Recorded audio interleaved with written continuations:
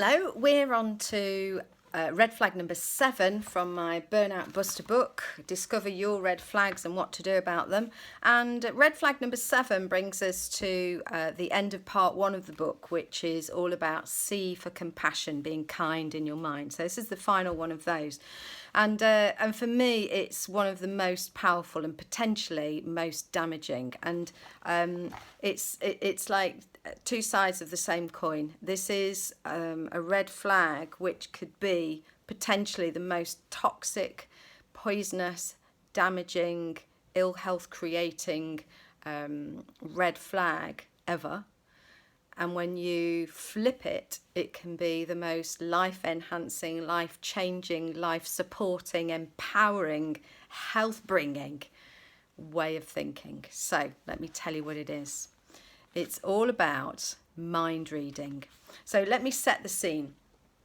Let's imagine that you're going to, I don't know, say a business network or some form of meeting that you've not been to before. And you get there and people are milling about having coffee or whatever it is that's happening while people are just chit-chatting before the whole thing begins.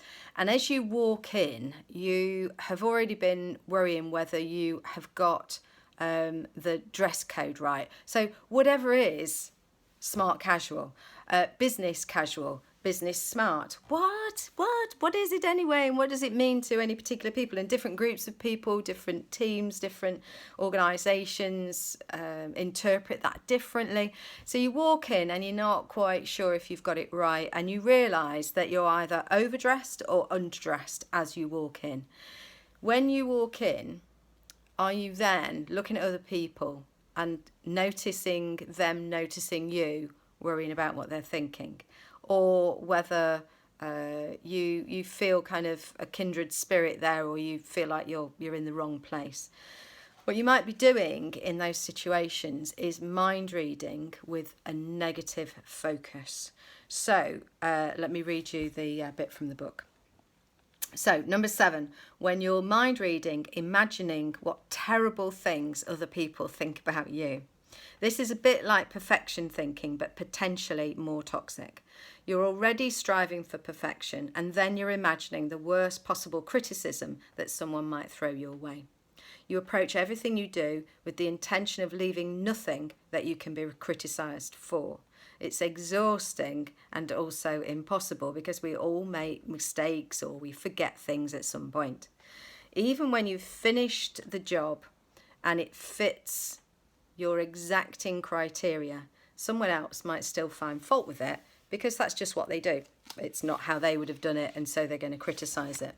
If you're striving to do your very best and yet still imagining the negative things that someone else might be thinking about you or your work or what you're wearing or what you're saying or how you look or something, a characteristic about you, whatever it might be, you will drive yourself crazy and wear yourself out.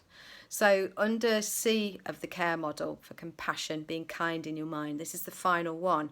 And it's about the toxicity of mind reading. So the burnout buster for this one is realising that if you are constantly wondering what negative things people might be saying or thinking about you, or you've even heard something negative and you let that churn over and you chew it over and over in your mind, then you will never be able to win. You will never be able to feel good about these things. We sometimes talk about negative feedback or other people's criticism or out and out negative nastiness being a driver to, well, that's going to make me determined to prove them wrong. In the meantime, it's toxic on the inside for you. So it's not good for us. And if what you're doing is imagining those negative things, imagining just from the look that somebody gives you, or they've turned their lip up, or just the fact that they're not smiling while you're speaking, it could be that they're worrying about something going on in their life. It's their stuff, or as I call it, OPN, other people's nonsense. Don't start to interpret that as meaning something negative towards you. So the burnout buster, you will always be able to imagine a negative reaction and set impossible standards that nobody else is actually setting you. There's a double whammy at work here. You're placing all your self-esteem into the hands of the outside world. Your whole sense of self-value is in the hands of somebody else. That's a dangerous place for it to be. Other people's opinions, and they're not even real because you're imagining what they might be thinking, and they're ones that you're making negative guesses about. So here's a crazy thought you might not have considered. People might even be thinking good things about you, or they might be entirely neutral. They're not even thinking about you. They're off on some other planet about what to have for their tea. You can't live a life that no one else will ever find fault with. But here's the thing, if you always look inside of yourself for the answer, am I good enough? You'll give away your power if the answer is, well, I don't think they like me, or I don't think they like what I've done, they don't think I'm good enough. Stop giving away your power, and inside instead, when you ask yourself the question, am I good enough? The answer comes back, yeah, because I'm doing the best I can. And this bit isn't in the book, but I do talk about it when I do live workshops in organisations, is that when I walk into a place like that, place I've not been before, I'm not sure how people are going to take me, I generally overdress. So sometimes people might have something to say about that.